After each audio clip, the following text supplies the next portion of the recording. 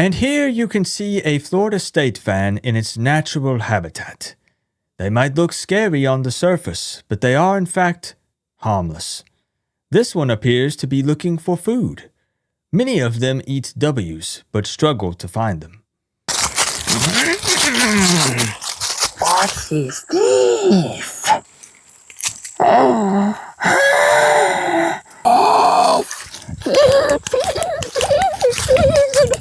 Yes, me chicken. Eat system. Yes. My tummy hurts.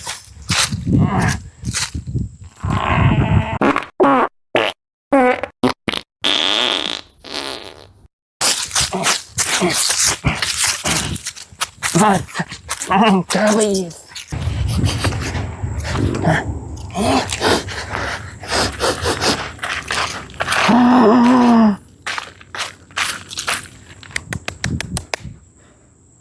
My precious! We must find more W's!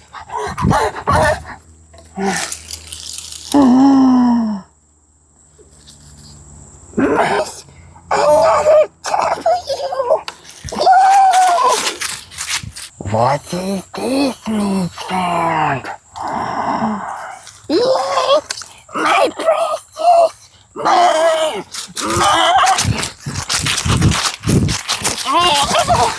Mrs. Birch, what has happened?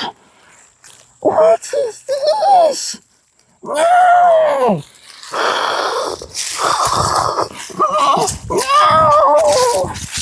What is this? Me not know who you are, but me see another W.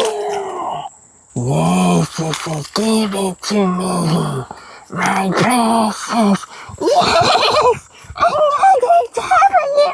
Yes! What? Is it right? No! No! You don't like that scary man!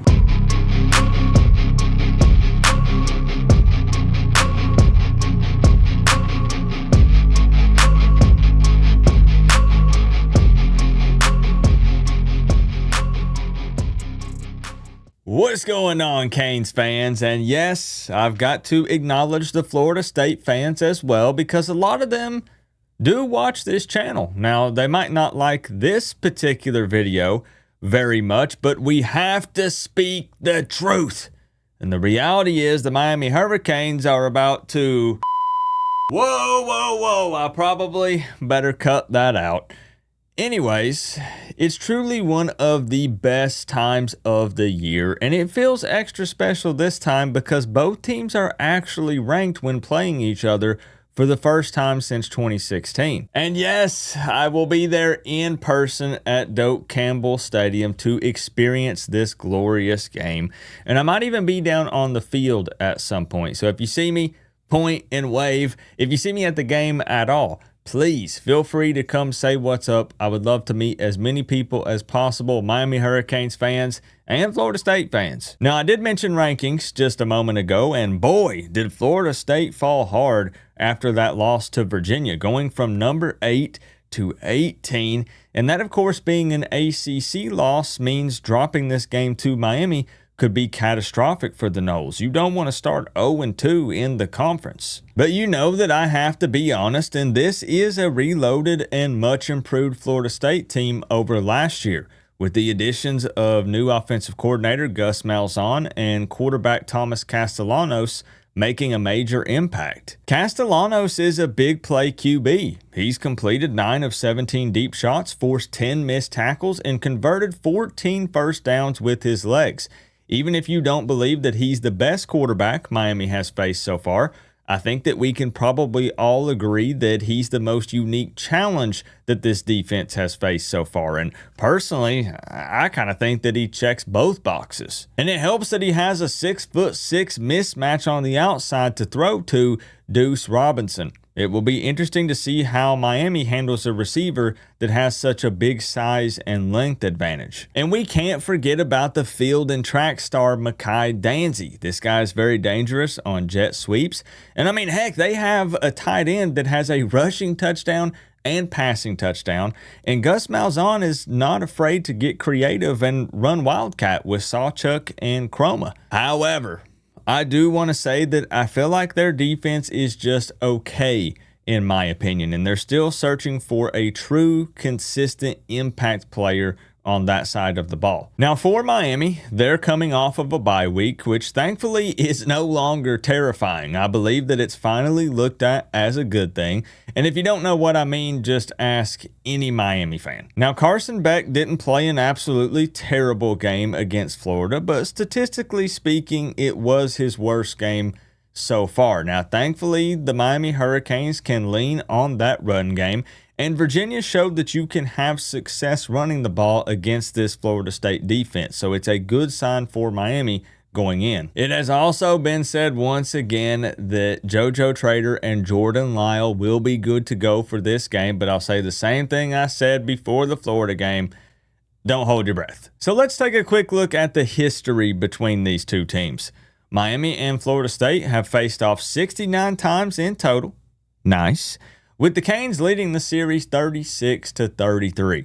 The most recent matchup last year was a Miami win, 36-14. I'll also show you some average stats so far this season for both squads. Just keep in mind that I round these numbers up or down respectfully. And coming into this game, Florida State is averaging a whopping 53 points per game. Miami coming in at 37. Points allowed against them, Florida State 19, Miami 12. Yards gained, FSU 600, Miami 451. Yards allowed against them, Florida State 296, Miami 245. And third down conversion percentage, FSU 59% and Miami 50%. Now, the argument here is that Miami has played higher quality opponents overall. Of course, the Canes did have the FCS game against Bethune-Cookman. But, you know, Florida State beat Bama week 1 and then dropped their next game against a good opponent, Virginia. You know, they did have those wins there in between against nobodies, but it's still interesting to talk about the stats and take a look at them. And next up, let's take a look at 3 keys to a victory powered by the video sponsor Sleeper. This app is the best way to experience and connect over sports together. I'm telling you, it's a one-stop shop for all of your sports needs. You can celebrate and chat on games in real time with other users, get the fastest scores, blazing fast news and alerts right at your fingertips, play in fantasy leagues, and win real money on picks contests. So you can enjoy sports the way they were meant to be together. Download the #1 sports app today down in the description. Click that link and make sure that you use code word COOP because they will match your first deposit up to $100. That's right, a 100% deposit match. Terms and conditions apply. But I have some great news, something very exciting that Sleeper is now offering in addition to the deposit match. If you are a new user on the app, you get $20 for free. So you can try out the picks contest for yourselves, no deposit required. That's right. Still make sure that you use code word COOP because these offers do stack. You get to take advantage of both of them. So there's absolutely no reason to not download the #1 sports app today. I've got it on my phone. Check it out down in the description. Use code word COOP. Thank you, Sleeper, for sponsoring this video. So coming in at #1 for Miami, be prepared for lots of trickery by the Florida State offense. Design runs for Tommy, wildcat, jet sweeps, halfback passes, tight end passes, you name it. You saw Gus have to dig a little deep into that playbook against Virginia, but I know he's still got some crazy stuff in there. Be prepared for anything and everything. #2, Carson Beck must be decisive and not hold on to the ball for too long. Now, this isn't because I'm worried about Florida State's pass rush, but more so because Beck should have plenty of opportunities to hit those intermediate throws. Virginia exposed Florida State's defense a bit, and Malachi Toney should be open all night long. And lastly, limit the pre-snap penalties this game. Those things are absolute drive killers, and Miami can't afford to have many at all in a hostile environment like Doak. Before we finally get to my pick and score prediction for this game, I would like to remind everyone what the scores were in the virtual season. The CPU versus CPU final score was 34-28 with the Miami Hurricanes on top.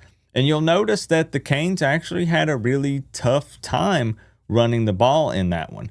And as for the Coach Coop plays version, yeah, I know. I lost 30-24. I gave up 14 points in the third quarter and let that game slip away. But as you just saw, what's interesting is both of these games were within 6 points. You know, I've also got to check in with the little green guy.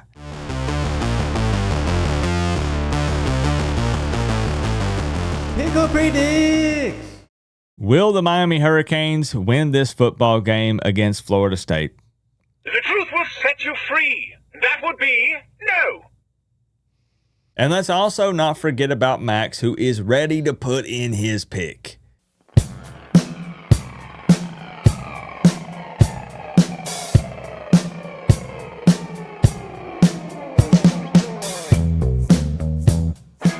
All right, for some reason, he's very excited to make his pick this week. Zero hesitation. Let's take a look. The bowl he went for first. And it's the Miami Hurricanes. Let's go, my boy. So as you can see, I'm tracking all of our picks this season. Coop versus Max versus the Pickle. And I'll be 100% honest, I can't really remember who picked what, so I don't know who's in the lead right now. But I would like to believe that I'm beating my dog and the Pickle. But you guys will see because I will edit this and you'll know what the records are at the moment. So anyways, let's do this thing for real. The ESPN matchup predictor has Miami at a 65.3% chance to win this game and Florida State at 34.7%. Miami is currently a 4.5-point favorite at the time of filming this video, with the over-under coming in at 53.5 points. Now, this game, when it opened up, Miami was a 4.5-point favorite. At one point, it shot up to 6.5, and then now it's back down to 4.5. But a lot of people have been confused all week. You know, people look at that and they say, really? This is a Florida State team that just went to double overtime with Virginia and lost. And we're talking about a Miami Hurricanes team that's undefeated. So they really believe it's going to be that close? What I've got is Miami putting up 31. And the Florida State Seminoles